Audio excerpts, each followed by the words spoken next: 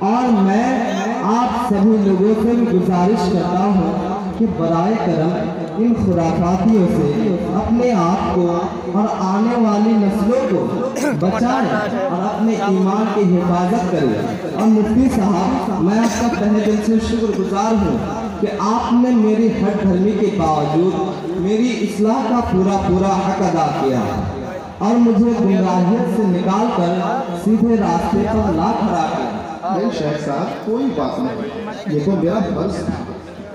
میں آپ سے وعدہ کرتا ہوں انشاءاللہ تعالی 15 تاریخ کو پنڈور شریف آ کر حضور قادری میاں کے حلقہ ارادت میں داخل ہو جاؤں گا، اور بعد رمضان میرا چھوٹا لڑکا نعیم الدین کو دارالعلوم دیوبند سے نکال کر مخدوم مشن میں داخلہ کراؤں گا۔ تہہ دل سے آپ کا استقبال کرتا ہوں۔